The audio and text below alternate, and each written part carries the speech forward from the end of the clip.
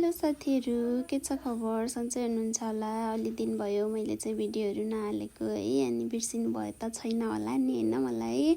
अनि हेर्नु न, आज चाहिँ हामी के भन्छ अरे फिल्म हेर्न जाने भनेर फिल्म हेर्न गएको। कति धेरै भिड के, मैले फर्स्ट टाइम थाहा पाएँ होइन यस्तो धेरै भिड हुन्छ भनेर फिल्म हलमा चाहिँ।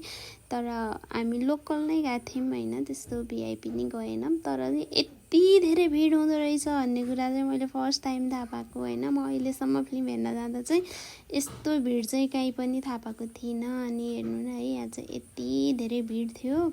अनि त्यहाँ चाहिँ त्यो एउटा गुरुङ फिल्म समथिङ के फुल हो कि समथिङ फिल्मको चाहिँ त्यो सबै कलाकारहरू नै आउनुभएको रहेछ। अनि त्यसले गर्दा पनि भिड भयो। अनि यो चाहिँ गौथली फिल्म हेर्ने मान्छेहरूको भिड हो है। हेर्नुहोस् त, यति धेरै भिड छ क्या। हामी चाहिँ अलरेडी माथि नै गइसकेको थियौँ।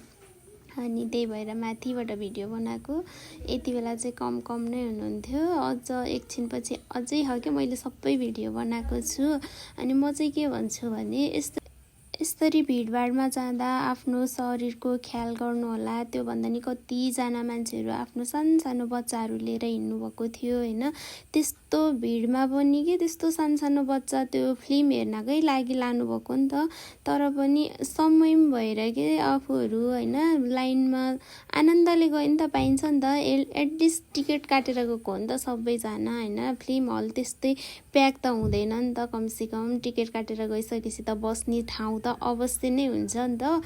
त्यसले गर्दा चाहिँ खोइ हाम्रो मान्छेहरूले नबुझ्नु भएको हो कि होइन, बुझेर नि बुझाउनु भएको हो कि खै के हो। मैले चाहिँ यो भिड देखेर, यो माहौल देखेर चाहिँ मैले केही मेसो पाइनँ होइन। मलाई चाहिँ एकदमै त्यो कस्तो अर्कै फिल भइरहेको थियो कि किन यस्तो अबुझ हुनुभएको होला मान्छेहरू। हेर्नु न, भेडा बाख्रा दकुरे जस्तो के, त्यो बुझ्दै नबुझ्ने के। त्यो बच्चाहरू कति धेरै किचेको थियो त्यहाँ, कति धेरै रोएको थिए, कति धेरै कराएका थिए होइन। अनि मलाई चाहिँ कस्तो लागिरहेको थियो नि, किन यस्तो पढेको बुझेको मान्छेहरूले नि किन यस्तो गरेको होला जस्तो लाग्यो कि। एटलिस्ट त्यहाँ टिकट त हुन्छ नि त। आफूले टिकट काटिसकेपछि बस्ने ठाउँ त भइ नै हाल्छ नि त होइन। अभियसली भएन भने पनि त त्यो फिल्म हल सञ्चालन गर्ने मान्छेहरूले म्यानेज त गरिदिइहाल्नुहुन्छ नि त केही न केही त। आफ्नो बच्चालाई जोगाउन छोडेर होइन, आफ्नो शरीर त्यस्तो भिडभाडमा त्यत्रो गर्मी छ होइन, त्यस्तो गर्मीमा पनि उहाँहरूलाई त्यो फिल्मप्रतिको माया देखेर चाहिँ म चहक परेँ होइन। आफ्नो शरीरको माया छैन, आफ्नो छोराछोरीको माया छैन। त्यस्तो गरेर चाहिँ कोही पनि नजानु होला। यदि त्यसरी जानु छ भने पनि म्यानेज गरेर सबै कुराहरू मिलाएर जानु होला। कमसेकम लाइनमै बसेर गए पनि राम्रोसँग हुन्छ।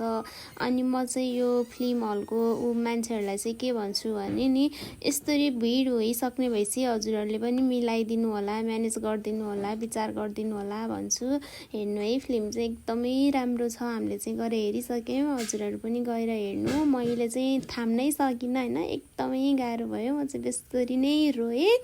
त्यही भएर तपाईँहरू पनि एकचोटि गएर हेर्नुहोस्। अनि कस्तो हुन्छ तपाईँहरूले पनि थाहा पाउनुहुन्छ होइन। आफूले हेरेपछि नै थाहा हुने त हो सबै कुराहरू।